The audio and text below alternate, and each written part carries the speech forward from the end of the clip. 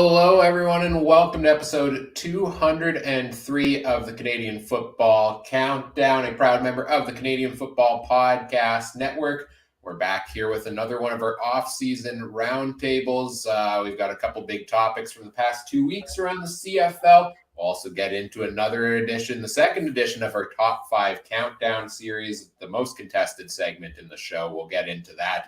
All here tonight as well. We've got a great panel this evening, including a special guest. We'll bring them in shortly. Before we do that, we always want to acknowledge that the Canadian Football Countdown is brought to you from Treaty 1 territory, traditional territory of the Anishinaabe, Cree, Ojibwe, Dakota, and Dene peoples, and the homeland of the Métis Nation, as well as from Treaty 4 territory, traditional territory of the Cree, Saulteaux, Dakota, Lakota, Nakota, and Métis Nation. We are live here tonight, as always, thanks to our presenting sponsor, Game Time TV, which you can learn more about at GameTimeTV.ca and Game Time TV MB on Facebook.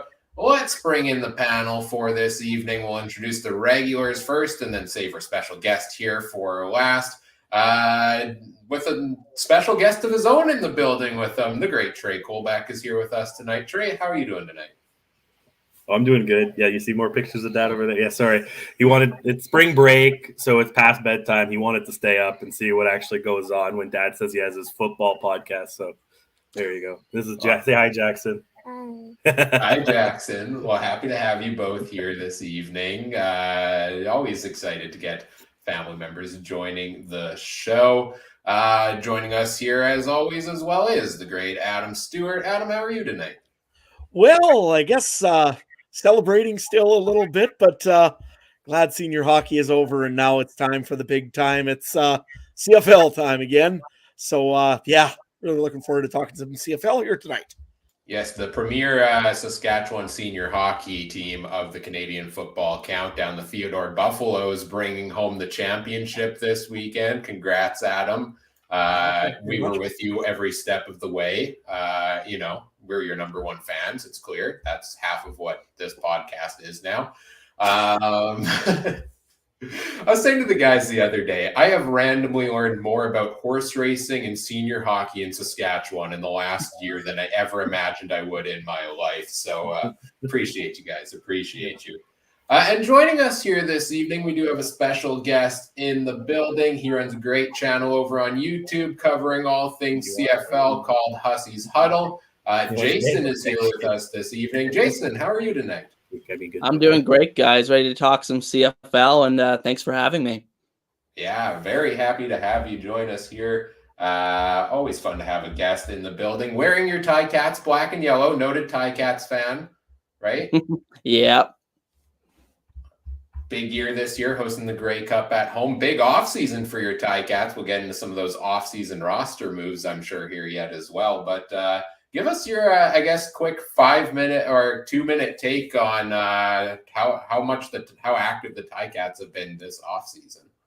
Well, I think it was definitely needed after the season that they had last year. It was just very, just not that they even had a poor record last year. I mean, they were able to sneak in the playoffs, but just the way that they lost some of these games compared to the previous couple of years and where the expectations were going into last year. It was just such a breath of fresh air to get that much activity in free agency this year, and really excited for this upcoming season.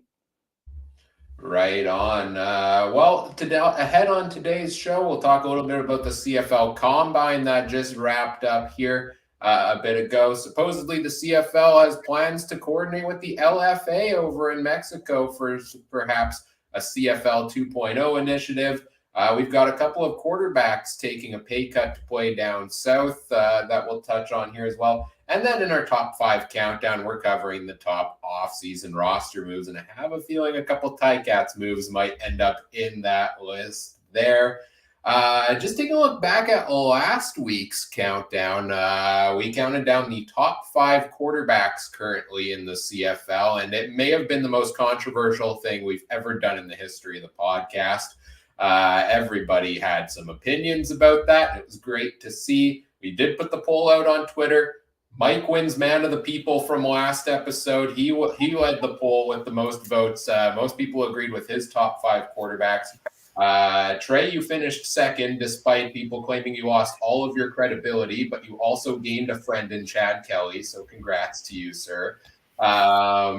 Adam, you were third. I was a measly fourth, and my takeaway from that is everybody still thinks it's 2018, and nobody believes in Taylor Cornelius. My takeaway from last week's results there. And you know what? We'll have to come up with a competition if we're going to do these all season long. Give out a Man of the People award at the end of the season based on how we finish the polls. Of course, thanks to Elon Musk, we have to adjust how we're going to do polls going forward because you're going to have to be verified on Twitter to vote in them. So that's great. I should add that the Theodore Buffaloes are now a verified account on Twitter. Just saying. And I was the first verified account from anyone on the podcast, right? So there we go. Well, I'm not paying to vote, so I guess I'm finishing last again. I'll pay for that check mark, man. I'll pay for that. That's cool. That's fair. That's whatever fair. happened to democracy, eh? Yeah, exactly.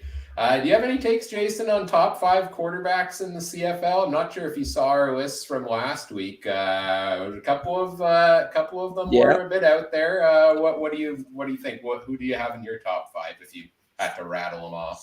So my top 5. Well, after seeing what you guys put out, I think one thing that stood out to me was, and I think a lot of people probably have the same thought, is that I think a lot of people are kind of sleeping on Jake Maier a little bit because I think he's shown a lot in the short time he's been in the CFL. I mean, yeah, he didn't finish the season very well last year, but I think, next year of this year being the guy, I think that I think he has the potential to be one of the best quarterbacks in this league. So my top 5 would be obviously Collaros, and then I would have Maier at number 2, Harris at 3, Mitchell at 4. I'm not super confident in that. I think it could go either way with him. And then I probably would go with Mazzoli at number 5. That may be far more reasonable of a top 5 than any of us on the podcast had last week. I think you get the honorary Man of the People because that seems in line with a lot of what I saw from people on social media there as well. So it's an interesting debate, and we'll see what the reaction is to who we think are the top 5 offseason moves. That comes later on in the show, but we got to touch on things from the past couple of weeks. The major thing in the CFL headlines as of late has been the CFL Combine for 2023. And I guess, where do we want to start with this? Well, more talk on the Combine has been about what we didn't see compared to what we did see. A lot of seemingly social media outrage over a lack of a live stream of the CFL Combine. Adam, let's go to you here first and get your take on what do you make of that? Is that something you share that disappointment or? Yeah, absolutely. I mean, if you want to grow the CFL and the Canadian content in the CFL, the only way you're going to do it is by introducing where these players come from, first of all. Secondly, show what they can actually do in a combine. The NFL does a beautiful job of showing things off and showing things working and doing that sort of thing. It doesn't take anything nowadays to make a stream. If I could stream 9 games of senior hockey in the middle of nowhere, in the middle of Saskatchewan, I'm sure the CFL can figure out a way of doing a much better job than what I can. So what does it take you? It's literally free advertising, essentially, for the Canadian Football League. You want to make yourself feel like a professional league. This is the way you do it. And to me, I hate going and being critical of the CFL all the time. In fact, if I keep doing it, I bet you a certain play-by-play guy from my own team might be just blocking me because I'm critical of the CFL. But nevertheless, I just don't like it. I mean, you have the opportunity to show off your talent and your homegrown talent and why you're showing why you need a national card in a CFL league. Well, hey, maybe it's time you show the national talent and what they can actually do out on the field. Trey, what was your thoughts? Oh, man. I don't even know. It's just another thing to pile on. And I wonder, Because you make good points. The NFL's, but the crazy thing is the NFL Combine probably outrights a CFL game compared, in some way, because the Americans are crazy about it, man. So, I wonder, when are we going to get to the point where we have to realize maybe these broadcast companies don't care about the CFL? You know what I mean? Like, I think that's where we're getting to. I think that's where we're getting to, though. Like, everyone wants to. But here's my thing, Trey. We've got a CFL that the TSN doesn't own the broadcast rights to the CFL Combine. They own the rights to the games. The CFL itself can easily put a stream together. You know what? You don't know if a CFL fan base is going to like it till you actually do it. So you're 100% right on that. But my point is, I think that we're getting to the point. Yeah, the CFL could do it, but when are we going to be like, Sportsnet doesn't want anything to do with the CFL? CBC doesn't want anything to do with the CFL. Where's this online streaming deal that people have been talking about? I don't think it's coming, and everyone wants to compare us to the MLS. Guess what? They sold out opening weekend. They're getting record numbers from Apple. I think we're just getting to the point where the current market is not looking for CFL football, which is a shame. We got 4 guys here that, we would watch it 24/7 if we could. But how many other people really would? And I think that's the point where we're getting to. Yeah, I would have sat and watched the stream because I work from home. I would do anything to not work and just watch the draft. But, as with Ryan, would you really be able to stop work and watch the draft during the day or combine? You know what I mean? Like, if you were out in the field, Adam, you wouldn't be able to really watch it. There's not tons. I mean, you'd be watching a different kind of combine. Yeah, exactly. That's all I'm saying. That's all I'm saying is I just don't think it's there. But again, you can't know until you try things. And as a CFL, I know maybe the mainstream media doesn't give a rip about what the CFL does, but does the CFL care about what they do? If they do, they should have a stream at the very least. It doesn't have to be amazing quality. I get that. People bash it because I would rather if the CFL gets bashed because of poor quality versus nothing at all. Or am I completely wrong in that, guys? Jason, I think you're wrong. Oh, sorry, but we can go with someone else. I think you're wrong because everyone thinks it's Bush League already. So if you do a really bad stream, but anyway, we'll go to our guest. Yeah, so I was pretty disappointed that they didn't have a live stream. I know personally, in terms of content on the channel last year, I did a lot of CFL draft stuff and like specifically the one-on-ones at the combine that they had in the live stream last year. I took a lot of notes and based a lot of my analysis off of that. So it's very disappointing to see that they don't put that out there this year. I think a big problem as well, and I think I was reading this on 3 Down Nation, is that they were having it in Edmonton this year, and the facility did not allow for a lot of space to set up like a set to do a live stream. So that could have been an issue, but I think they should try to find something like they have in the NFL where they always do it in Indianapolis. They should, try to find one specific place that this happens every year. That way they'll be more prepared to do something. I think they will live stream it in the future, in my opinion. I think they'll definitely get back to doing that when it's at other places. But very disappointing from, the CFL's perspective that, and I think this is a big problem with the CFL in general. And we'll talk about this a little bit more when we talk about the CFL's global partnership. I think that the CFL sometimes half-asses everything. They just really don't give anything a chance to really succeed, in my opinion. Like, they don't give it the proper investment and the proper resources. And of course it's going to fail. So, I think that's a big problem with this league. But I will say, finishing on a good note here, I will say that 3 Down Nation has really picked up the slack, I think, a lot. Over on YouTube, they have a ton of draft interviews, more content than I've ever really seen on the CFL draft in terms of actually getting to meet these prospects. So I have really liked that perspective, and I think something good has come out of this. But again, pretty disappointed with the lack of live stream. Yeah, that's definitely something where we want the CFL to be more accessible everywhere. Chris in the chat is saying make it more accessible to the US. The talking about the XFL having a decent viewership for a game on cable that was accessible to everyone. Yeah, I think there are ways to make the CFL more accessible, and we want to talk about streaming deals and stuff. There's always debate when when are we getting a streaming deal for the CFL? I think we're so far away from that with the way the CFL exists in the digital space right now. Like, we need a website that works properly. We need a mobile app that exists in the App Store. There's a million things there where the CFL to this point just hasn't invested in the online space. And it seems like that's an outdated approach that needs to be updated going forward. In terms of the combine itself, I don't know if I would care too much personally about seeing a stream of the individual drills, like how high can a guy jump, how much can a guy bench press. I don't think I have I do love statistics and stuff, but I don't know if I have the investment to be able to map those necessarily to, okay, this guy's going to be a star one day, right?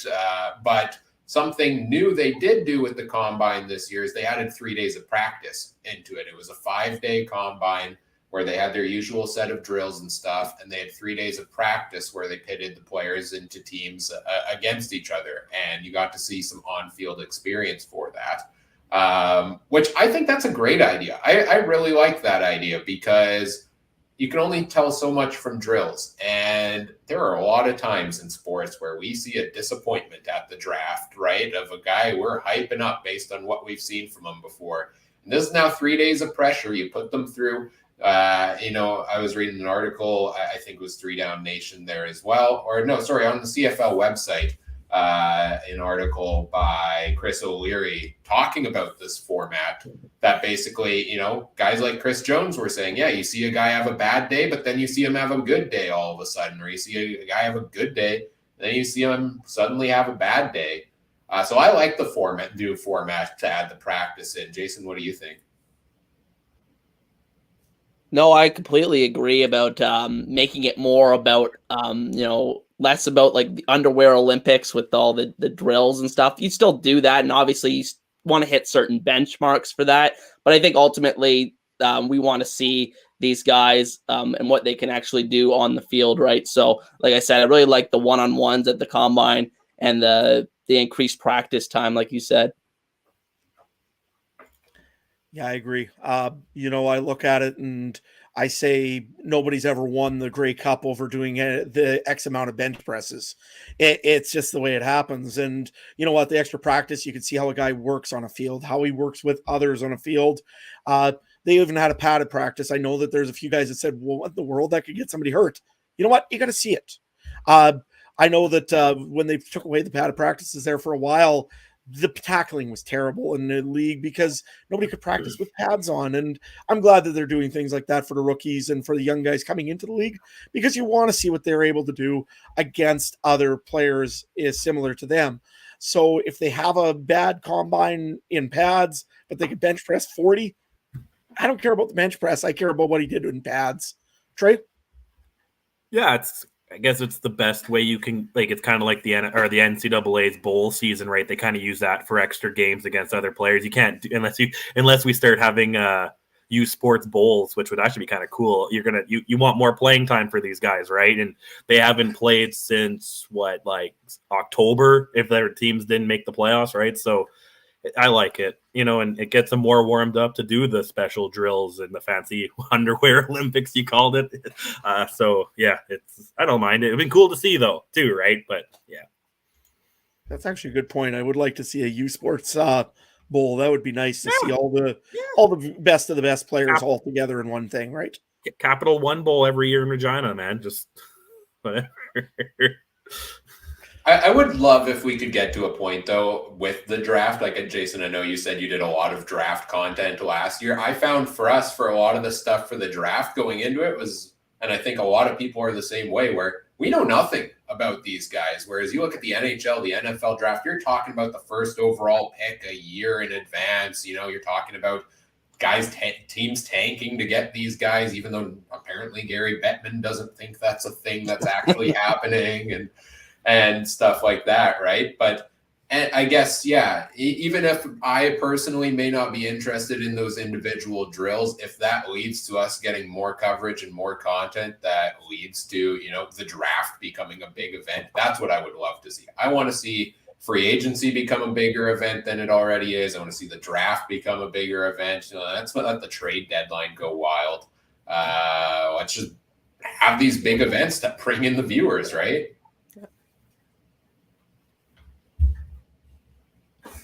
Yes, sir. Right on. Anything else on this topic before we move on to the next one? Anybody got anything to add? Who is the projected number one? Does anyone know? Exactly. That's the really the problem with the CFL draft is you're not necessarily picking the best Canadian player, right? You're picking the best Canadian player that is most likely to come to the CFL. So, I mean, that's just it's a difficult problem to get around, honestly. Is it Ottawa? Edmonton? Yeah, Ottawa is number one pick. Ottawa has number one. But it's that's why the CFL draft and even evaluation day. Some guys don't show up to evaluation day because they have NFL opportunities possibly.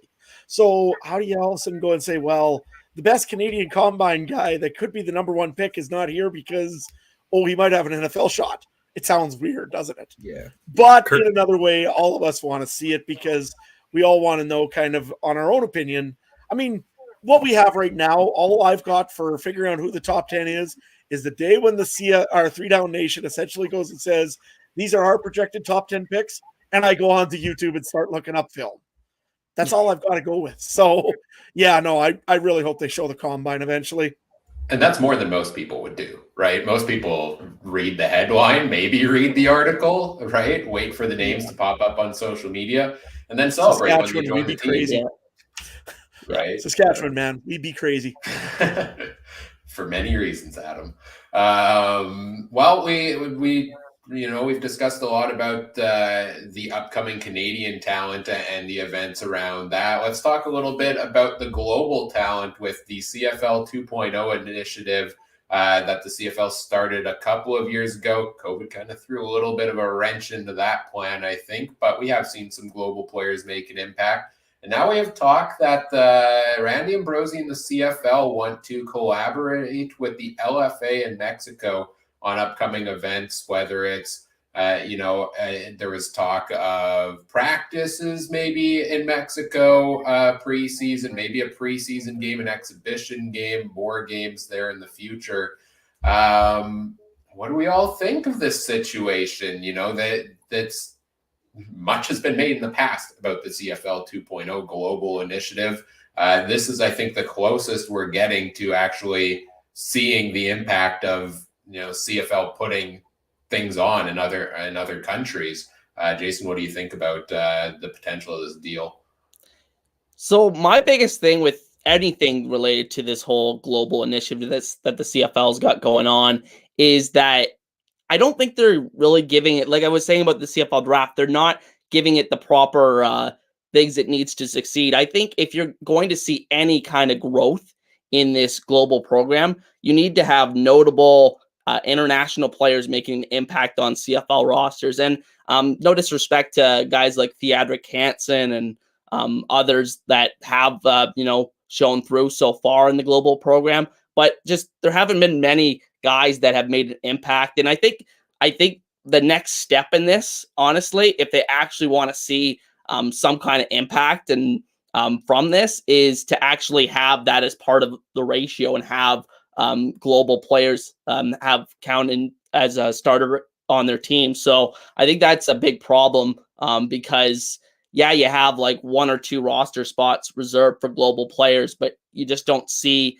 the quality of player making an impact on CFL roster. So I think, another thing is I think it could be really expensive for the CFL. Obviously, CFL, the old joke stands for cash flow low. I've heard from some people. And I think that the CFL needs to be very wise where they're investing their money. And I think that there's a chance that this could blow up in their face if they were to have games down there. Who knows how well attended it would be. You have the NFL trying to get a foothold in Mexico, specifically holding games in Mexico City the last couple of years here. And I think that it's a risky proposition for the CFL. So, I mean, I think on paper, in a dream world, it sounds great to get talent from all over the world. But I think that it has a lot of challenges. And I don't know if there's a bright future ahead for this global program the CFL is going on here.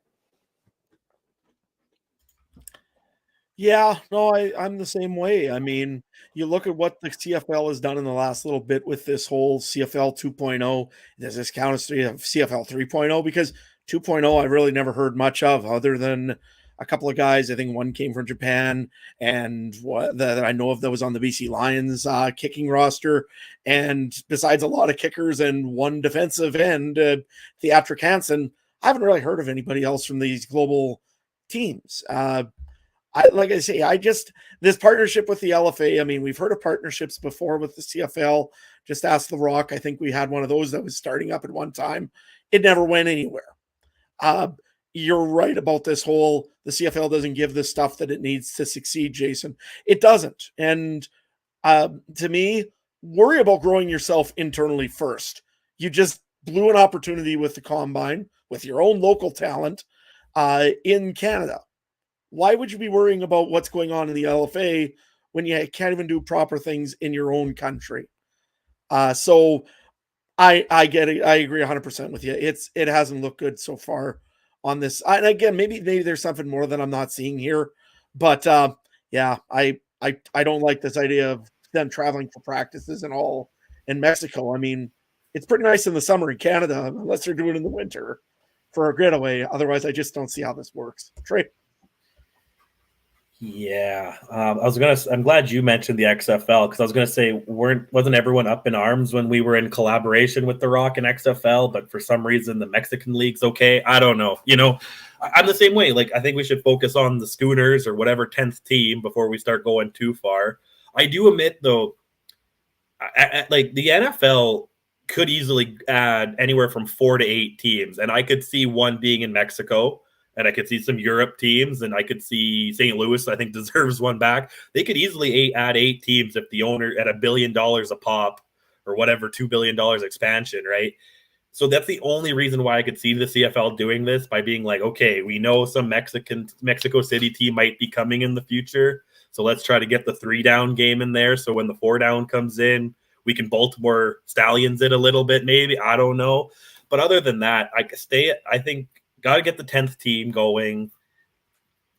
Got to get Montreal. I'm glad that Montreal's finally taken care of. We got to get the teams here better. If the marquee teams like Winnipeg, Saskatchewan, Ticats, if we're not selling out every game and we're not having our own fans, why are we worrying about, everything else, right, Ryan? One thing, though, I just wanted to mention, the largest population and city in all of North America. Anybody know which city it is? Probably Mexico City. Yeah. That's why the CFL is after the market. I mean, yeah, it's to the point where they're trying to go after a huge market. But the thing is there the money that's going to be coming in from this? I mean, there's so much logistics and so many things to worry about. And to be honest, I don't know if I could trust the current CFL executive to get this done. It would be a nice place to have a combine, though, and actually be able to live stream it maybe outside. It's probably nice there right now. Yeah, they find a facility big enough, apparently. Yeah. But one of the big things that they wanted to do with this global initiative was get all of these streaming deals for the CFL in different countries, right? Which I find ironic given the conversation we just had about not having proper, streaming setup for something as simple as the CFL Combine and really any streaming deal seemingly on the horizon for the CFL here in Canada.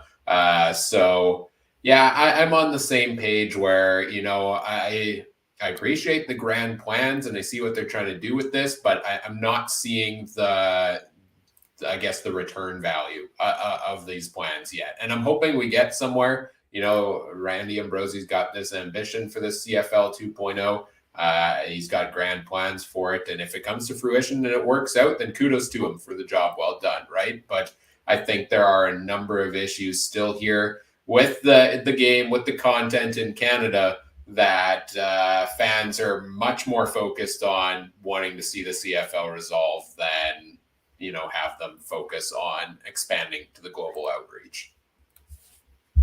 Anybody have any more thoughts on the global initiative here before we move on? Myself, not really, but one thing I did want to bring up, though, it was brought up by the Three Down Nation that the American TV deal apparently is just going through the lawyers right now to be finalized and signed.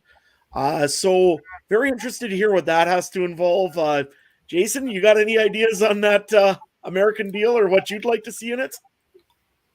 Well, I'd like to see a whole load of money going toward the CFL from it, but honestly, I don't know. Like I think they basically were making nothing off of the current ESPN deal, so anything would probably be an improvement on that. So I'd be interested to see if it ever gets leaked out, the financial details of how much, because that's ultimately what the CFL needs. They need more money. So, and I think getting into the U.S. television market is one of the main avenues the CFL has to do that, right? And is it going to be even ESPN? It might be maybe somebody else as well. Although pretty much I think they're the guys that are going to get it in the end, I would think. But Trey, anything on the American deal?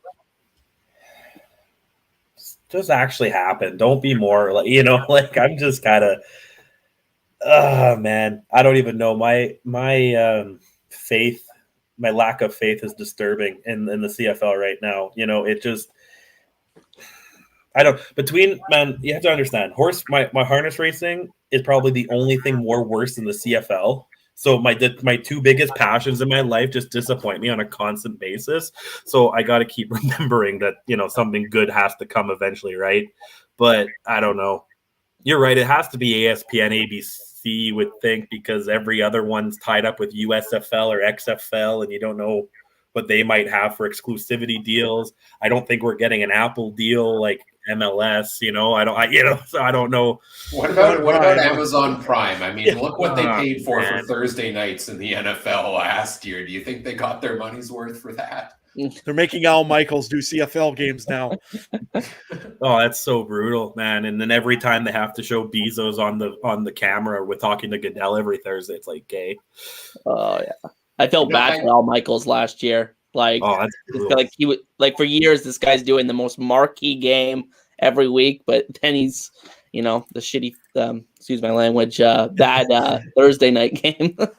I'm not the first one to swear. You know how hard it is for me not to swear? I'm a trucker and I try so hard. So thank God someone else did. So now I can later. Wait, that's not how this works. No, it's okay. It's all good. Ryan, any thoughts on it?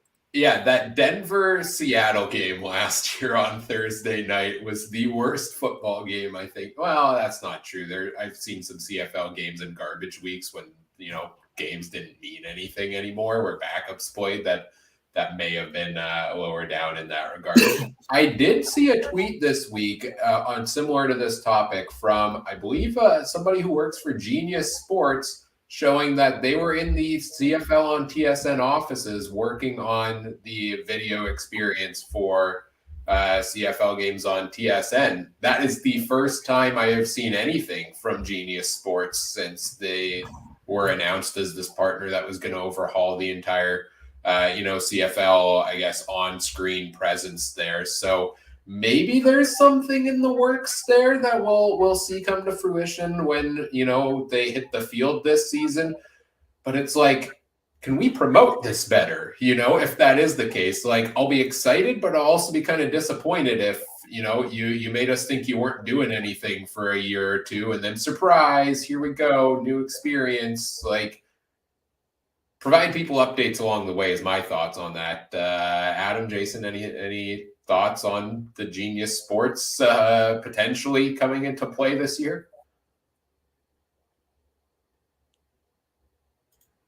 I guess rock, paper, scissors on who goes first. Oh, yeah. Sorry. I thought you were muted. No worries. I'm, you know what? Anything that can help the league or improve something. I know for a fact that I really like how I've seen a certain new league go and have a little bit about officiating and reviews and showing how they determine a review. That's really cool. And I hope that the CFL is learning and going to be taking some of these things to heart. If it's a part with Genius Sports, and they can make little improvements or give recommendations that'll make the game better, hey, anything they can do, if it's in the background or in in person and they want to give Genius Sports the credits, I don't care. Just do it. That's all I can say on that part. Jason? I got one suggestion for them, and it's a very simple one. Just add timeouts to the damn interface of the broadcasts. Like, how outdated is that? Like, how long have NFL broadcasts had timeouts? Like it's just a simple step. I think, yeah, that's one thing that really stands out to me when I watch CFL games. Can I also add one more then? I want player introductions and where they're from. Individual players. Yeah.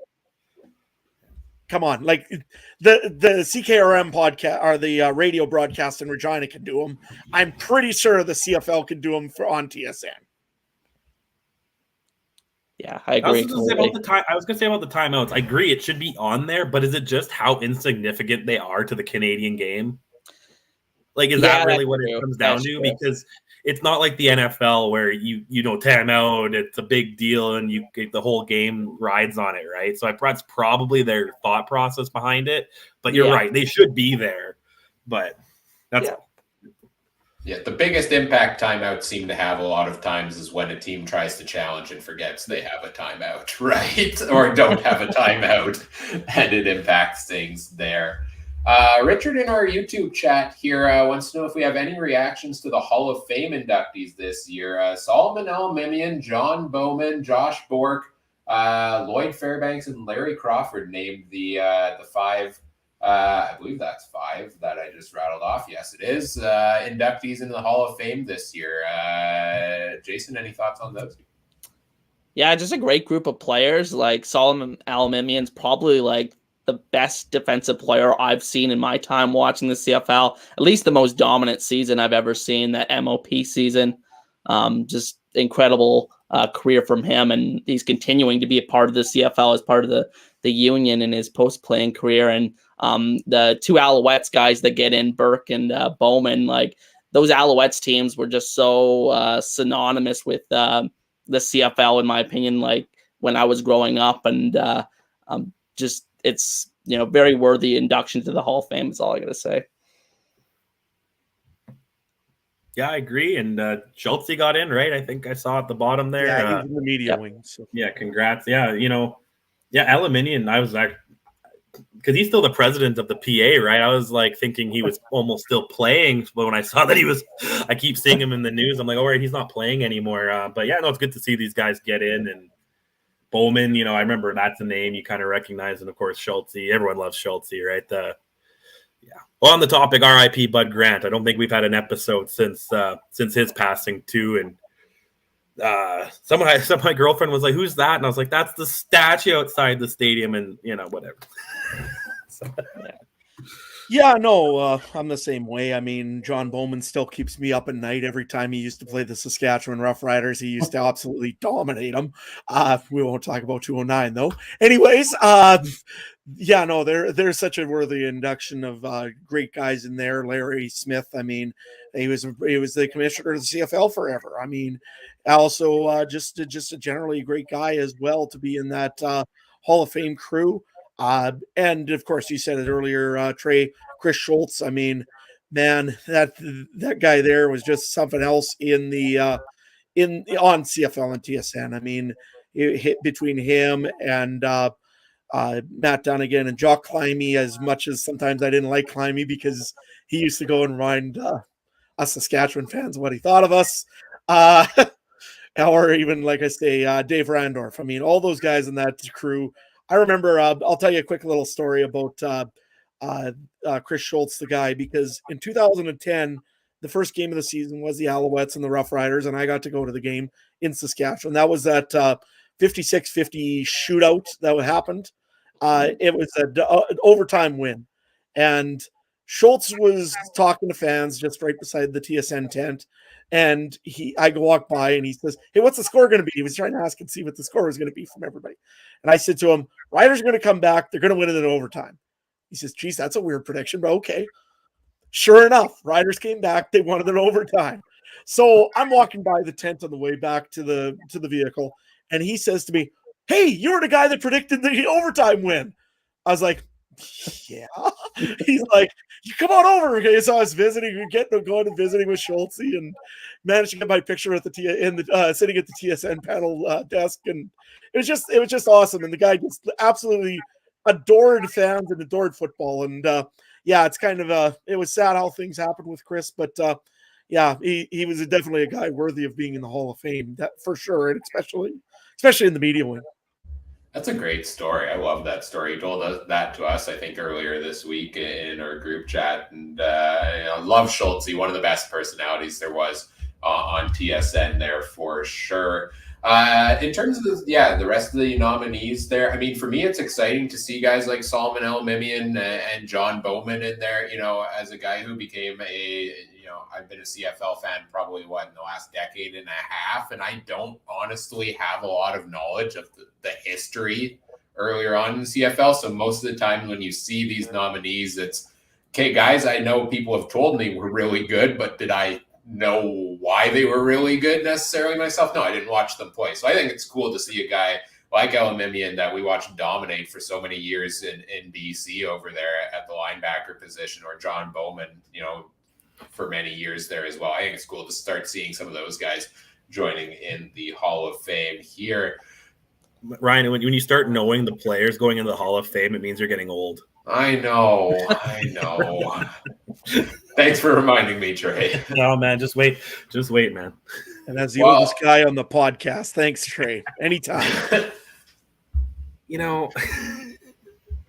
Yeah, I'm the youngest guy on the podcast. So if you're calling me, are you younger than me? I think we established I'm a couple months younger than you. So okay. I'm born in 95. Oh man, you guys are making me feel older and older every minute. Yeah, as the youngest on the podcast, every time you call me old, you're just calling yourselves older. So, speaking, it's because you're so tall, man. I don't know. It's true. This guy could play. I don't know why he's talking football. He should be on the court, man. I don't know. I played basketball for a bit. Did you? Yeah, I wasn't very good. Turns out height doesn't equate talent. Who knew? While we were talking about Hall of Famers, perfect transition over to talking about a guy that I am touting belongs in the Hall of Fame one day, and that's Nathan Rourke. Nathan Rourke and McLeod Bethel-Thompson. Rourke goes to the Jacksonville Jaguars in the NFL. McLeod Bethel-Thompson, I believe, the New Orleans Guardians in the USFL. Supposedly both taking pay cuts to play in the U.S. I think it was Rick Campbell this week talking about how Rourke's making something like $220,000 guaranteed this year with the Jaguars. Could have made more than that if he stayed in the CFL. Bethel-Thompson made around $450,000 last year and is making, I think, just $56,000 in the USFL this upcoming season. To me, Bethel-Thompson makes sense because he said he wanted to go there, be close to his family, right? He's played a couple of years in the league, made a decent salary there, and really for him, the bulk of why he went to the USFL was to be closer to home and spend time with his family. But to me, the most interesting is the Nathan Rourke side of things, because it looks like he's second string at best, third string most likely over in Jacksonville. We see guys often, they want to go down south. They're fine holding a clipboard there to get a bigger payday, right? They want to get that payday. But now it's kind of not the case. This is kind of the inverse of that. Jason, what do you think about, I guess, these guys taking their pay cuts to go play in the U.S.? Well, I think they're two different situations, like you said. So I think that McLeod Bethel-Thompson, he's just a different guy. Let's just remember, he was basically the only CFL quarterback to play during the canceled 2020 season. He went down and played in the spring league. So he's a very interesting guy. Like you said, I think he wanted to be closer to his family. I believe they said his wife works for Marvel or something like that. That's a pretty crazy career there. So I think it makes sense for McLeod Bethel-Thompson. But I also think it does make sense for Nathan Rourke as well, because he's still a young guy. He's still 24 years old or something like that. You never know when the NFL will stop calling. And he could always go back to the CFL. The CFL will always be an option for him. Even if he has to take less guaranteed money in the short term to get an opportunity in the NFL. And I just don't think that I think there's still a pretty good chance that he wins out and becomes the backup there. I think CJ Beathard is definitely not secure in the number 2 job. So I'm really excited to see what he can do down there. And I think it made sense for both guys, like I said.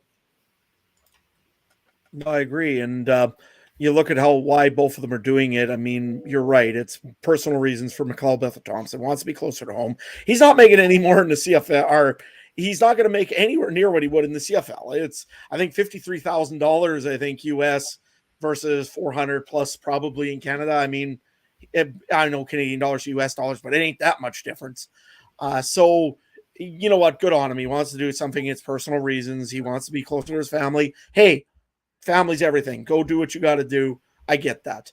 Nathan Rourke, he is a guy that's an ultimate competitor. He wants to play on the biggest show and the biggest lights. And when you're a young man and that's what your goal is in life, is to be the best, why don't you take your shot when you can take your shot? See, an NFL team will give you your opportunity. I hope he gets his opportunity now, especially now that he's probably going to be third string on a pretty good Jacksonville Jaguars team with a guy like oh my gosh, my brain just went and farted right now. Trevor Lawrence. A guy like Trevor Lawrence is in front of him. The only way I'm sure that he's getting in is via injury or a trade or something like that. But you know what? I hope he goes and has a great training camp and wins out. And you know what? Hey, he's not worried about the money. And that's the cool thing about some of these guys nowadays. They want the opportunity. They want the big game. They want the pride of being the best player out there. And that's cooler than anything. I mean, I don't ever like seeing guys go to free agency because these guys wouldn't give me 20 grand more than what I should have been paid. To me, I'd rather see the guy go and play for the jersey in front of him instead of the going and playing for the paychecks. So, I mean, don't get me wrong, paychecks also important, but he knows he's going to get paid really well no matter where he goes. So why not take the biggest shot that you can? Right, Trey? Oh, 100%. You have to remember Tom Brady was a 7th round draft pick, and he only started because of an injury. And I think he was higher ranked as a baseball prospect. So,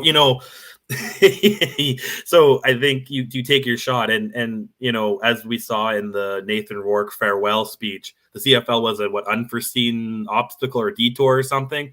Even though he's Canadian, he went to an American school. He never wanted to play in the CFL. Today, if the NFL came calling, I'll go be a water boy in the NFL over playing in the CFL, man. You just take the big shot. Yes, guaranteed dollars isn't there, but, Trevor Lawrence is one hit away from Nathan Rourke, and we don't know what's in that for playing bonuses. We don't know what's in there elsewise. He could make way more. He could get signed to more. And, even if he has a couple good seasons down there, then that could even increase his value in Canada when he returns, right? There's no guarantee he'll go back to BC. There could be an all-out bidding war for him.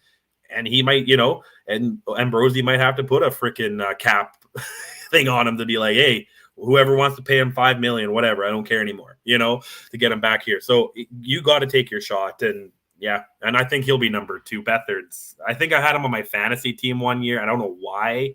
And it was garbage. Hey, one quick question, though, for you guys, and I'll get each one of you to answer real quick. Tom Brady in his prime as a catcher in the Montreal Expos, would you try to go and steal against him? This is a baseball question. I pass. Yes, because Brady was supposed to be a catcher in the Expos. Would you try to steal on Tom Brady? Do I get the new base sizes, or is it new ones? No. Retro, same thing. Oh, no, you got to give me the new ones, man. Maybe I have a shot.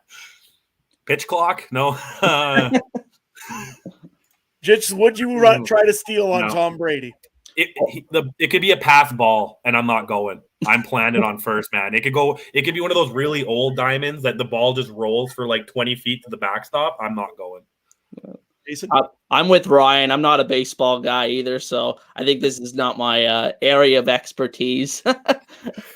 I'm also not a runner at all, so I'm not taking my chances. I always forget he was a catcher, but then when you look at his arm, if you're into baseball, then you see it.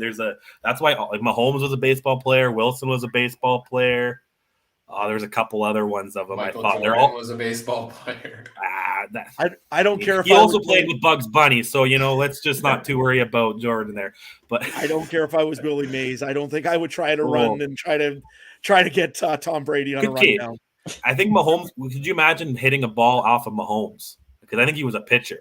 I think he's a pitcher. Yeah, could you imagine that? Oh, and then he's doing that dive too. Oh my God, no, thank you. Tawny hitting 100's bad enough. I don't need Mahomes, man. All right, bringing it back. Anyway, let's go. Hey, opening day on Thursday, man. It's hype. All right, perfect. Baseball season back in action. CFL season around the corner here as well. I think a lot of people in the CFL circles are disappointed to see Nathan Rourke obviously leave the CFL to go to a spot where he's going to be the second or third string. And we had high hopes for him, and he had so many different tryouts in the States that we thought maybe he's getting into a starter or a potential 1A, 1B situation. So I think a lot of people are disappointed in that, but I think it's still, I would love to have him up here in Canada. I think he could make a ton of money for whichever team is willing to pay him that much. And I think he could have a very successful career, make a huge name for himself here. Whereas, is he going to make that as the second, third string in Jacksonville? No, but I think it's a big thing for him to get his feet in the door of the NFL there, because I think it sets him up far better for future NFL opportunities, unfortunately, than his time here in Canada does, right? I know the NFL perception of the CFL is getting a little better in the last couple of years, I think, with more guys getting shots, but I think that NFL experience, whether it's holding clipboard, practice experience, is going to be valuable for Rourke going forward here as well. Anybody have any additional thoughts on this topic before we get into our top 5 countdown? Well, I think if it doesn't work out for Rourke in the NFL, I think he's going to get the Casey Printers deal when he comes back to the, Casey Printers got a boatload of money when he came back. Obviously, the Ticats were the ones to give it to him. I think there's so many opportunities for Rourke still. He's still so young. And like I said, the CFL is always an option for him. I wonder how long he does. Let's say it doesn't work out in Jacksonville. How long does he try out different NFL opportunities? Is there a world where we see Nathan Rourke come back in September and join a CFL team for the stretch drive? Could you imagine? I think that would be the biggest. 24? Is he 24? Something like that. Yeah. I'll give him the 27. And then because look at Caleros. Caleros is 33 and he's still, or 34. Yeah. He's slinging it. We don't know what Bo can do. Brady played till 40, I think, or 47, whatever he is. Rodgers thinks he can go. Modern day football, the quarterback can easily play till 40 if he's not taking hits, right? So I'd give him 27, 28. And then, some CFL team's going to offer him a complete guaranteed 4-year deal till he's 32 and he'll be fine. And then after that, it's whatever, right? Can't offer more than a 2-year deal unless he's with your team, though. So, you can offer a 3-year deal. I think it's just the guaranteed money. Okay. Oh, the guaranteed. Sorry, whatever. You're right. I read that. CBAs could change by then. Who knows? And whatever.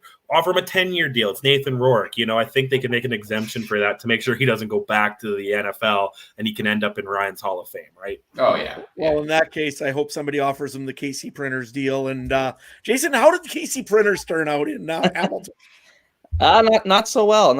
And then we release him, and then a couple years later, he comes back with BC and beats us in a playoff game. So that was lovely. That's always how it works, isn't it?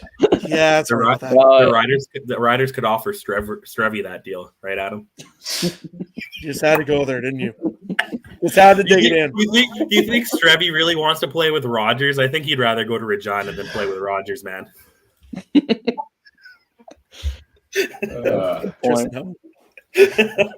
Let's get to the countdown. All right, then that's the transition. So number one, Strevy not coming to the CFL is my number one move right now. Just always finding a way to upset the apple cart here with the countdown. That's not it. No. All right, let's get into it. Let's get into it. The top 5 off-season roster moves will take turns going from 5 all the way up to number 1. Last time out, we had very loose criteria. It was everybody comes up with whatever criteria you want. This time we reined it in a little bit. So we're talking about Off-season roster moves that teams have made, so not guys like Nathan Rourke going to the NFL, I don't think should be included in that. Unless anybody still doesn't have it on your list and doesn't have an audible, then I'll allow it because this is live. But that would not count in my opinion. And really, it's which moves do you think are going to make the biggest positive impact on their teams going forward here into the 2023 season. Now, Jason, you chose this topic. We gave you a couple of different topics to choose from. You said you wanted to do this one. Why did this one stand out to you as one you wanted to discuss? Well, for me, it's very fresh in my mind because on my channel, I've been doing free agent recap videos for every team, going over all of their moves that they brought in, their additions, subtractions, key re-signings. So I thought that was why I chose that. So yeah. It's very fitting, and I recommend everybody go ahead and check out all of your great off-season content over on the YouTube channel there as well. I'll put it up on the video screen for anybody as well. Go to youtube.com/@Hussey'sHuddle. Subscribe over there as well for more of Jason's content. And as our esteemed guest this evening, we'll let you kick off the countdown. What do you have at your number 5 off-season roster move thus far? So this one might surprise some people, but this is one player I've been high on for years in the CFL, and that is defensive back Loucheiz Purifoy going to the Edmonton Elks. And people may have missed this one because Purifoy was actually released prior to free agency by the BC Lions. He was kind of a cap casualty there, and then he was almost immediately picked up by Edmonton along with AC Leonard, who was another cap casualty. So I thought that Purifoy is just the perfect addition for Edmonton. He's the perfect Chris Jones player. In fact, I think Chris Jones may have brought him into the CFL when he was in Saskatchewan years ago. I think he's the perfect fit for Chris Jones. He can play safety. He can play half. He can play strong side linebacker / dime. I think he's just a very capable player and that Swiss Army knife player that is really, really going to fit in with Chris Jones's defense in Edmonton. Great pick to start things off. Trey, let's go over to you next. Interestingly enough, same team, opposite side of the ball. I'm going to go Eugene Lewis to the Elks. I really like this because I think because we were talking about Cornelius Cornbread himself, I think he needs some more options better than Deron Carter. You know what I mean? Like, or that quarterback that seems to play every position other than quarterback there, right? So, he needs some more options. I think Edmonton's going to be better this year. If you include the defensive one that was just made, you need to put up points, though, to win, right? So we'll go with Eugene Lewis. Adam? Well, mine isn't the Edmonton Elks. They might come up later. But no, my pick here was something that needed to be upgraded on a team majorly. And I mean, obviously, I think we all know what team I cheer for, so we had to add them right at number 5. And I had 2 players I could have picked from. It was either Philip Blake or it was Peter Godber. And to me, I went with Peter Godber because you're also changing of the guard at the center position. Dan Clark has been there forever in Saskatchewan. He's been a big staple of being what's all about the Saskatchewan Roughriders in that offensive line. And this is a sign to them that, hey, things are about to change and that they need to make some changes here in that offensive line. Either guy, and I mean, yes, I'm cheating a little bit because, that's how I wanted to say it was the Riders' whole line. But to me, the Riders did the right thing. They got the new center that they need in Peter Godber, and I think that that's what the biggest signing of the Riders was going to be this year. All right, so we've got the defensive back, wide receiver, and offensive lineman. My number 5 top offseason move thus far, I'm going to wide receiver as well, and I'm going to be the first one to pick a re-signing here, and that's Nick Dembski in Winnipeg. To me, I think is one of the biggest. I would consider Nick Dembski the most, if not one of the most dynamic offensive players in the CFL. The reason for a lot of the Bombers' offensive success is Nick Dembski, I think, and the way they utilize him through, the long game and receiving, the short dump passes, the sweeps, the rushes that they use him in. It opens up a lot for the offensive play calling. And I put him mostly in here because there was, he wasn't signed for a while, and I earnestly thought Nick Kademski was going to get a big payday to go somewhere else. I think that was, of all of the re-signings the Bombers made this year, I would put Nick Kademski at the most important one there for me. So I have him in at number 5 on my list. Let's move up to number 4 on the list here. Trey, let's go to you to start off this round. Who do you have? I am going to the West Coast. I got the BC Lions adding a little bit to their offensive line and Michael Couture at my number 4. Again, you now have Adams played the majority of the season, but now you got a quarterback who is really getting the first strings for this team for the first time since he's been there. You need an O-line, as Adam would know, right? Your quarterback needs an O-line to do anything, right? So you need to get the big mamas on the line. That's a perfect piece for BC to have. Which way are we going now? Let's go to you next, Adam. Yeah, I can go next.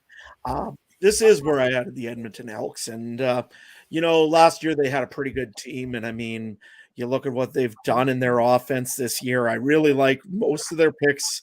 Lots of guys returning, but the big one I do like is Eugene Lewis.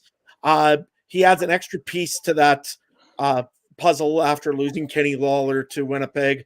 He's the guy that's going to fit in for him. He's a number 1 receiver. Taylor Cornelius has that extra guy. He's got a great offense now with him. And if they can work a little bit on that offensive line, or they can bring in some guys for the offensive line, they'll be a great team. They've done lots of stuff on the defense, but the big thing for me is they have to have that bona fide number 1 guy. And I think Eugene Lewis can definitely be him. Jason, over to you. So my number 4 is defensive end Sean Lemon of the BC Lions. Obviously the West Division most outstanding defensive player last season. I don't think he's the best defensive end in the league or anything like that, but I just really love the fit in BC. He's played there before. They got a good rotation on that defensive line, so he won't be asked to do too much. But I think this could raise the ceiling of that defense. They already have a great secondary, great linebacking core. I think BC has the chance to be the best defense in the CFL next season, and I think the Lemon edition will help them potentially be in that conversation.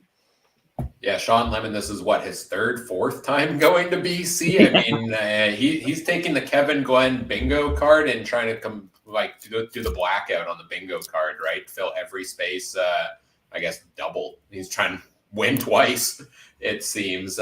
He's close, right? He only needs 1 or 2 more teams to complete the Kevin Glenn tour. We'll see if he gets there. For my pick in my 4th best offseason move thus far, I am sticking along the defensive line. And Jason, I'm going to your team here, the Hamilton Tiger Cats. We're talking about additions that are going to make the most positive impact on a team. Well, congrats. Your Ticats are going to the Grey Cup this year because they brought in Garrett Davis, who's been to 6 straight Grey Cups and has never missed one in his career. I think, obviously, that is a huge force to add to the defensive line on the field. And, just his history of making it to the Grey Cup, I couldn't help but put him in my top 5 list here. That has to be scripted. That can't be one guy 6. That's crazy. It's crazy. It's one of the most insane stats, I think. The 6 straight trips to the Grey Cup. My goodness. I'll kick off the 3rd round here, and I'll stick on the defensive line, and I'll echo a lot of what Jason just mentioned. I'm going with Sean Lemon in BC. Was the sack leader last season, I believe. Kind of surprising that it took until a week or 2 into free agency for him to actually sign anywhere when a lot of the major pieces did sign right away.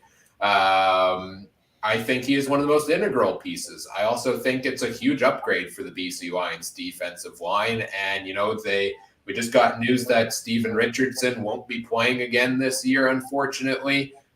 So bringing in a guy like Sean Lemon in is a huge addition there. And I'm disappointed in all the other teams for not putting a better effort into bringing Sean Lemon into the fold, it seems.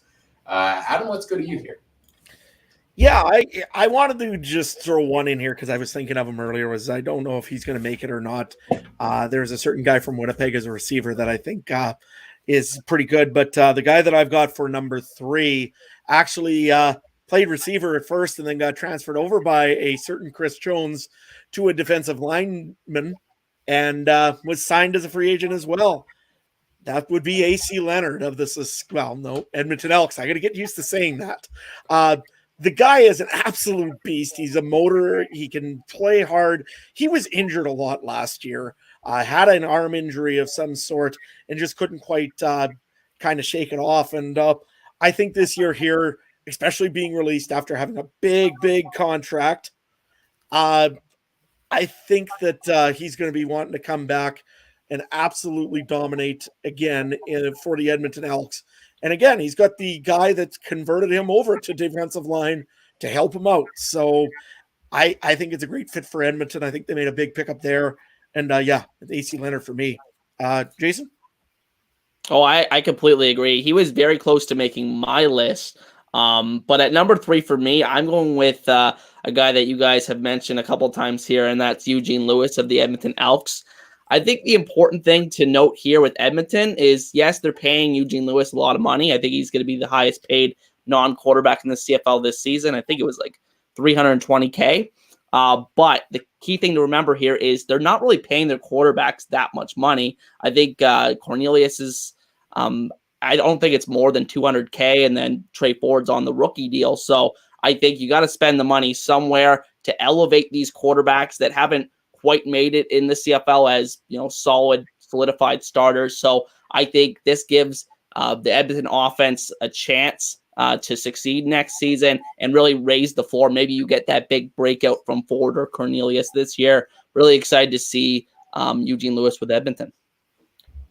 I hate to argue, but I thought Cornelius did get some bigger deal because I remember when we talked about it months ago and my jaw dropped when you told me, but I can't remember how much it was now, but I remember my jaw just hit the ground. I know it was 3 years old, but I don't think it was as one of the top paid ones. No, it wasn't top paid, but it was still ridiculous for whatever. Anyway, my number 3, well, we're going to Ryderville. Let's go. Not the quarterback balls he said you were going to get, but a quarterback nonetheless. I'm going to go with Harris to Saskatchewan. Does it have to be positive outcome? Because this could be negative too, right? Like this could be just, Titanic in Saskatchewan. You guys need a new play-by-play. You might need a new online. You might need a new quarterback. Gaynor might be the only one safe, and I don't even know about him at this point. He's not quite the same. He's getting up there in years too. But, I think Harris, it's a coin flip either way how it's going to go. But I think it's either going to go Saskatchewan might be third or second, and they're doing pretty good, or they're going to be they're like, oh, I thought we were going for Connor Bedard. That's kind of the two ways I think Saskatchewan are going to go this year. On a side note, if we lose Gaynor, I'm taking Pigskin Pete. Man, I need a gig, man. If you need a new play-by-play, I got the hat. We're good. We're good. I wonder if he knows anything more than Noski Wee Wee. Yeah, when are we adding mascots into free agency? When can they start trading teams? Man, all I think about the old NCAA game, you could play as the mascots, and I think they kind of have it on the new NHL games. It's unreal. So just love it. All right, we've given 5, 4, and 3, so we're on to our top 2 each. Adam, you kick us off this time. Who's your number 2 off-season move?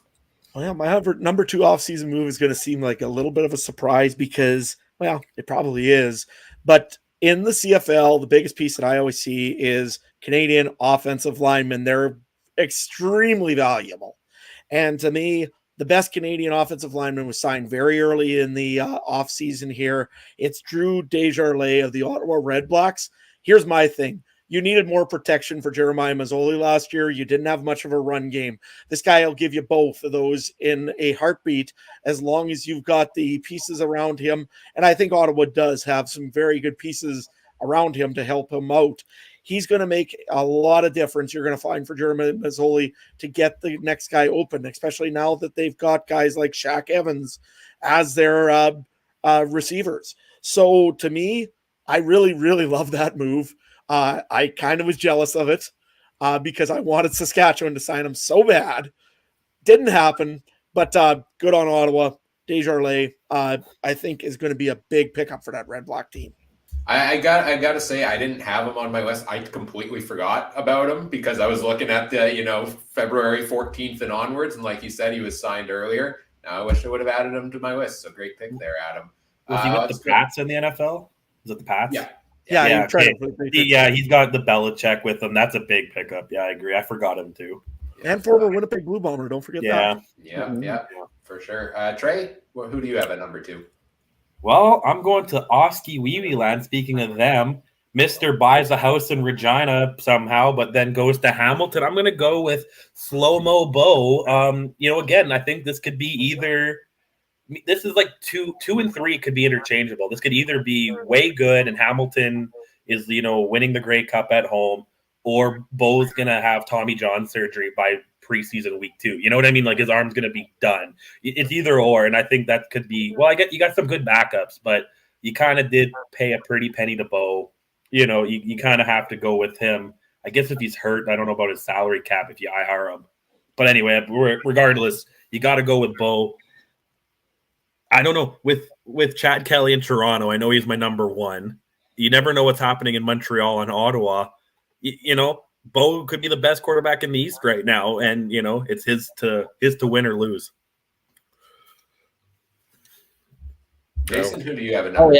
Yeah. Right. So it's funny you say that, Trey. I actually have Bo as my number 2 as well, and I hesitantly put him there because of all the factors that you just said. I think there's a decent chance that this just completely blows up in the Tiger Cats' face and it doesn't work out. But in my opinion, what's the alternative? The alternative was running it back with Dane Evans, or is it bringing in Trevor Harris in free agency? I think that Bo Levi represents more of a big swing, and it brings a lot of positive energy into the building. I'm really, really excited to see what he can bring to the table, and maybe that switch to the East Division where you're playing, no offense, a lower level of competition a lot of the time in the CFL, I think could be very beneficial for Bo. And sometimes you see it all the time in this league. Guys change teams and they're just completely different players. So I'm really excited to see him in Hamilton. Really like the Desjardins pick as well, Adam. He's a guy that's went to my alma mater, University of Windsor. I think he's the only Windsor Lancer in the CFL, so got to represent. And I think Bo is just a solid addition. I think it does have the opportunity to be the most impactful offseason addition this offseason for sure.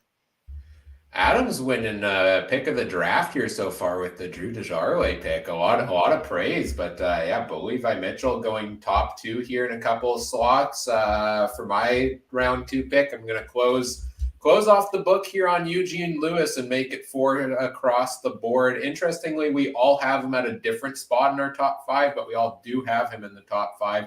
I have him at number 2 because one of the teams I'm most impressed with this offseason is the Edmonton Elks and the way they have improved that wide receiver core for Taylor Cornelius. And I looked at it and, Eugene Lewis is the cream of the crop there. And I think he is the best free agent that was available and went to a team that had the biggest need at the position there. So give me Eugene Lewis as my number 2 slot here as well. And then we move on to our number 1 off-season moves. Trey, let's go to you to kick this one off. Okay, you know what? And this is my biggest move because it was also under the table, apparently. Lawler to Winnipeg. We got to go. I think coming back to add him to the already stacked Winnipeg Blue Bomber offensive core there, that's just a cherry on top. Like, Caleros is a kid at a toy store. He doesn't know what to play with out there, right? He's got Oliveira in the backfield with, if he still has Augustine, he's got McRae, if they're still on the team. He's got all those other guys out wide. And now you got Lawler. There's no reason that Bailey, Dembski, Lawler, one of them's going to be open every play. But I think just add that addition to Lawler just made the team go unreal. And they have, like, in a normal year, that salary cap is like, what, $3 million, that receiving team right there. But somehow it's not. Wink, wink, nudge, nudge, Wade Miller. But I'm going to go with Lawler. All right, that rounds out your list here. Adam, who do you have at number 1? I have the gentleman that I can't believe Jason is not wearing a number 19 instead of a number 86. It's Bo Levi Mitchell. He's the most impactful guy. If he has a great season, he's going to be the biggest impact and be the reason why Hamilton wins a Grey Cup. If he doesn't win a Grey Cup, if they don't make it past the regular, and the pressure's all on him. If he doesn't make it even into the playoffs or just into one round of playoffs or not even into the Grey Cup, it's going to be considered a massive failure on that side. There's nothing that they can do on Hamilton's side to not have this be the biggest thing. He's given a lot of money. He's given the team he wants. He's got everything going that he needs to have going for him to win a Grey Cup at home in Hamilton. The pressure's on. Don't worry. Saskatchewan learned all about the pressure about having hosted a Grey Cup. Bo Levi's going to have all that pressure on him this year. Whatever he does, it's going to have an impact on that Hamilton team for many years to come because they're going with an all-in push. This means that they're keeping their veterans, they're keeping everything around them so that they can have that last chance to Grey Cup. And I think it's Hamilton's almost last opportunity this year with the current team that they have to win a Grey Cup. And if Bo Levi doesn't do it, it's going to be ugly. If he does it, Hamilton will celebrate that victory and probably start building a statue outside of Tim Hortons Field. I'll go next, and then we'll close it off with Jason as our special guest here. I do not. I'm the only one here who does not have Bo Levi Mitchell in his top 5. We'll get into kind of honorable mentions, guys we left off the list once everybody's finished their lists here. My number 1 on the list is Philip Blake to the Saskatchewan Roughriders on the offensive line because the most glaring hole anybody could have seen coming into free agency this year was the Riders needed to fix the offensive line. And like you, Adam, I was toying back and forth. I kind of wanted to sneakily slip, slide both Philip Blake and Peter Godber in as one spot because they're a little bit interchangeable to me. But since I made you overhaul your whole list to follow the rules, I felt like I was maybe breaking them if I did that. The reason I choose Philip Blake over Peter Godber here, though, is Blake has been in the league for a long time. I think he's 37 years old. He entered the league 2012, 2013. That Riders offensive line last year was fairly young. You had a lot of young pieces flow in and out throughout there. I think they got a huge upgrade on the O-line, and they got a huge veteran piece that's going to help settle the rest of the room down there. So that's why I choose Philip Blake, because it was the biggest need, I think, and he's the best guy they brought in to fill the need. So that rounds out my list. And Jason, over to you to finish off yours. So my number 1 is, just like Trey, Kenny Lawler of the Winnipeg Blue Bombers. I think that this is a slam dunk for the Winnipeg Blue Bombers. Like, it's almost unbelievable how good this team is. I see them going back to the Grey Cup 4th straight year this year. I don't see how you're going to stop the trio of Dembski, Schoen, and now Lawler coming back in the fold. This is not a situation where he'll have to really adjust too much, I think, because of the experience he has previously playing for the Winnipeg Blue Bombers. I think he's just one of the best players in this entire league, top 10 player in the entire league. And I think that it will really help Dalton Schoen avoid a sophomore slump as well in the CFL. And Dembski can just continue doing what he's doing. I think it's a slam dunk, and I don't think there's any move this offseason when I was looking at it that has a higher chance of really making an immediate impact. So that's why I have him at number 1. You were copying my list, man. We were copying lists.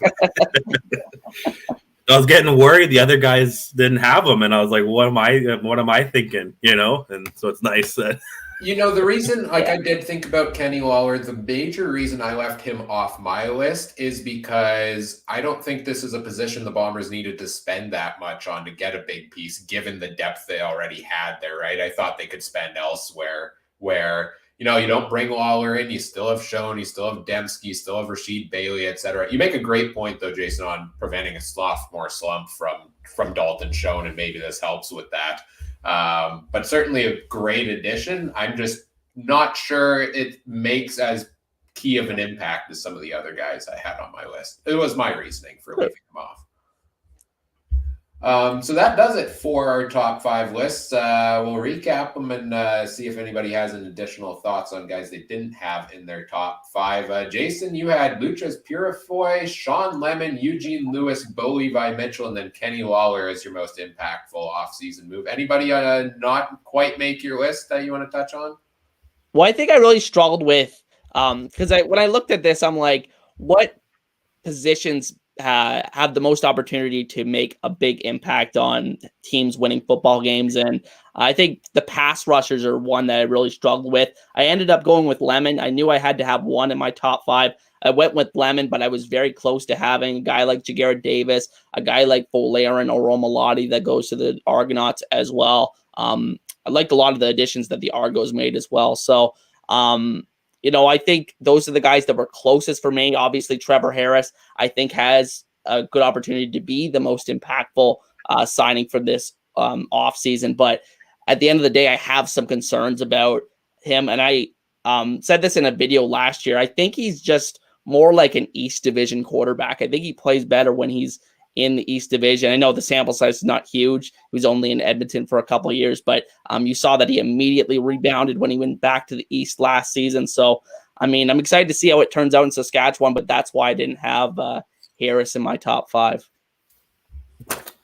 Trey, you've got Eugene Lewis, Michael Couture, Trevor Harris, Bo Levi Mitchell, and Kenny Lawler on your list. Anybody notable that didn't quite make it?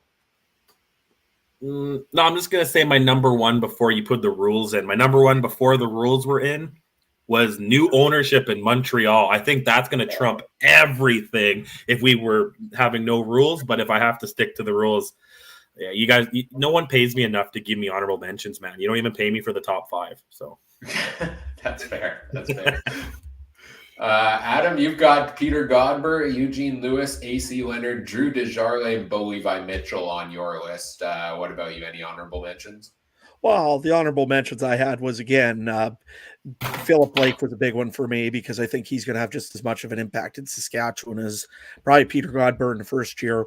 That being said, I think the lack of out of source signings for the Winnipeg Blue Bombers, that they were able to keep pretty much their entire team again, minus Greg Ellickson. Oh, but okay, we'll just go and get Kenny Lawler instead, because that's such a demotion. But nevertheless, that was a big one for me. I think the Montreal side thing is going to be a big one as well. I had that in there. And the other one I had also is Ottawa. I don't want to keep bringing them up, but you know what? They've done some great moves this offseason, especially in their coaching staff. I really, really like to see Baron Miles there as their defensive coordinator. I like seeing Kahari Jones as their offensive coordinator. And seeing as you've got a great young coach that's had a few opportunities everywhere in there, a special teams guy. He knows what he's doing. I think he's going to be great for that whole team. And man, I feel bad because, again, I had one of my brain farts and forgot the name again. So for the head coach of the Ottawa Red Blacks, but Bob Dice. What's that? Sorry, Bob Dice. Yeah. Right after I was looking up, I was like, oh yeah, Bobby Dice. But anyways, overall, I think that they're a way better team than they were last year. They made some great signings in the offseason, and I'm really excited to see Ottawa and see what this coaching staff has to offer. For my list, I had Nick Dembski back to Winnipeg, Jagarrett Davis, Sean Lemon, Eugene Lewis, and Philip Blake. Some guys I had as honorable mentions. Luchas Purifoy was one that briefly came to mind. Jason, you had him at number 5 on your list. I think that's a huge piece for the Elks on the defense.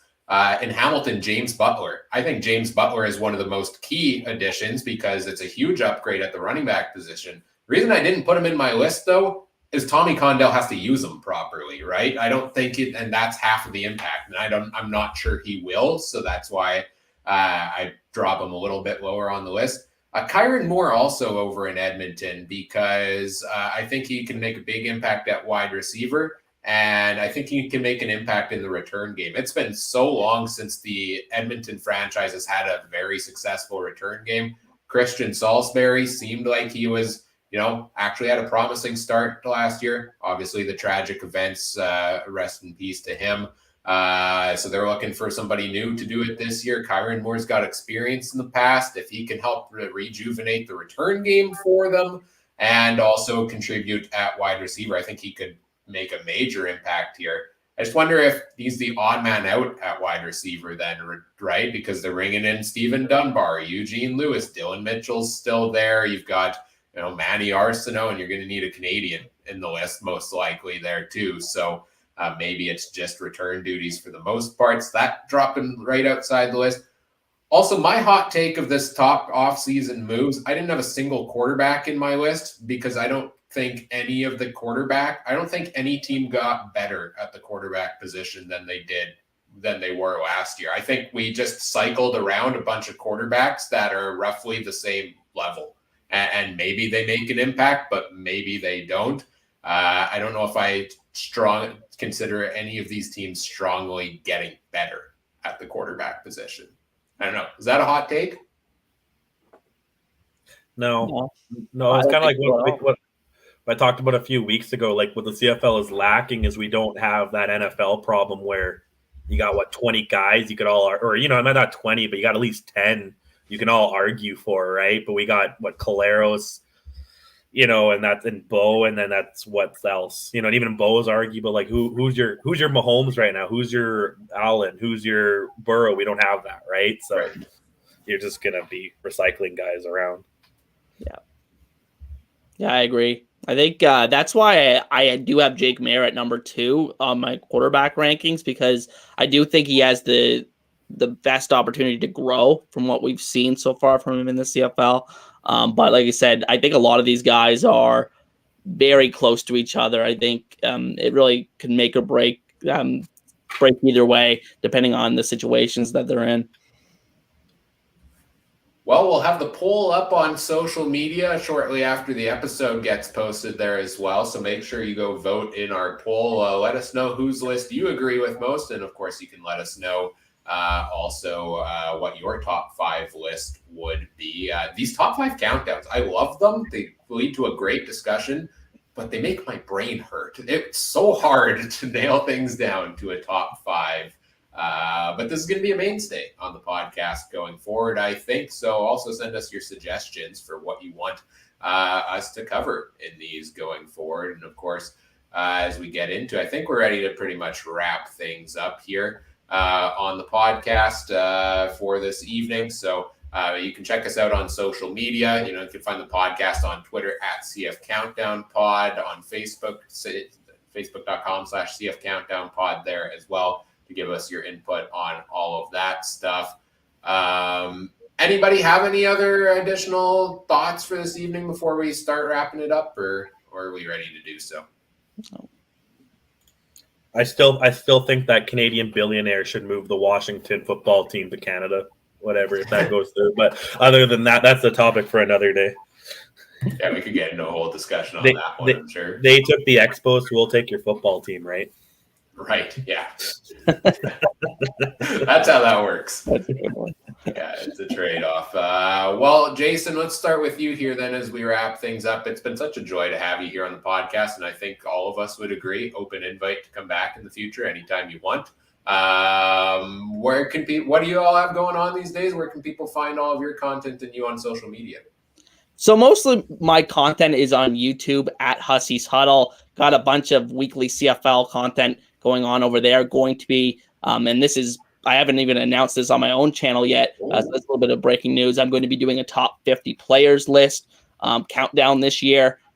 So look forward to that on the channel. Going to be doing some season previews over on the channel as well as we lead up to the season here. But yeah, usually 2 to 3 times a week videos. And you could also find me on Twitter at Hussey's Huddle as well.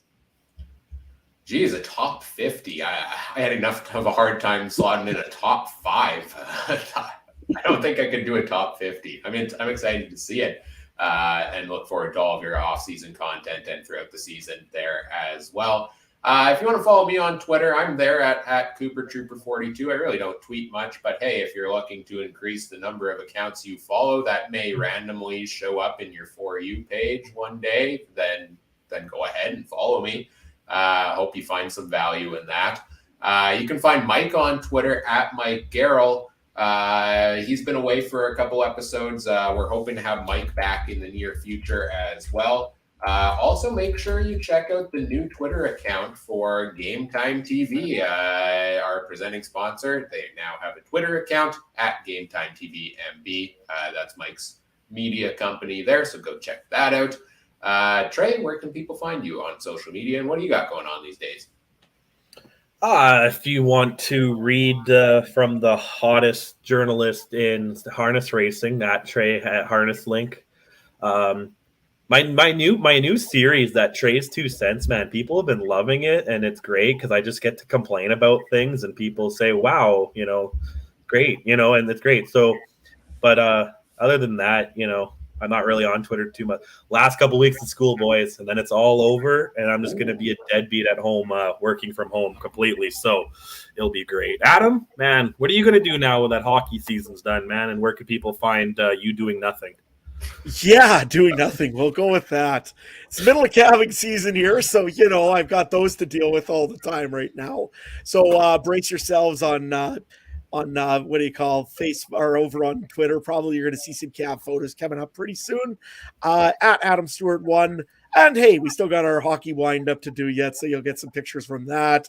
May even see a random picture of somebody going through a table because we were celebrating so hard after the game this weekend here against Rourkeville when we won that one. So yeah, congratulations again. I want to just say, if any of my players actually are watching or my guys are watching, yeah, no, hey, there they are. We had such a great time, and it was a great season. And man, I'm glad I got to go and help manage a great group of men. And yeah, I hope to do it again next year. If they'll let me. What an amazing time and an amazing experience, like it always is. And yeah, before I go and get emotional about looking at that picture anymore, we'll go back in again. Follow me at Adam Stewart 1. Yes, congrats again on the championship there, Adam. And hey, running back next season, we're rooting for you all the way. I should also add that next week or next time, I'll bring the trophy with. It's a pretty cool little trophy. You're going to drink out of it, eat cereal out of it? What's the plan? Well, we've all drunk out of that trophy already pretty much all night there. And then we were busy eating stuff out of that trophy. And then we may have possibly broke the trophy. Oh, that's just the rite of passage for any championship there, right? It literally is a scale model of the Stanley Cup. I mean, how can we not go and play with that? That's awesome. If you do bring it to the podcast next time and decide to eat something like cereal out of it, I'm muting your microphone. I don't think anybody wants to hear you eat cereal on the podcast. I've got a bag of Darian's Darios. I might just eat those. Perfect. Speaking of next time on the podcast, right now we're running episodes every 2 weeks during the off season, so we'll be back in about 2 weeks with another roundtable, unless there's any breaking major news in between that justifies jumping in earlier. And then, it's almost April, and then May is here, and then the CFL preseason and all of that is here. So we're going to start getting into our season preview content very soon here, I think. And as we get closer to the season, we'll start jumping in here more regularly. But we appreciate everybody who always joins us and tunes in here on the podcast, wherever you listen, wherever you watch. We appreciate if you do all the fun things such as like, comment, subscribe, rate, review, share the show with your friends. Help us grow the show. We always appreciate that. On behalf of our panel here this evening, I'm Ryan. We've got Trey, we've got Adam, and our special guest, Jason from Hussey's Huddle. Thank you for listening. Thanks again, Jason, for joining us. Take care, everybody. Have a good one. Bye.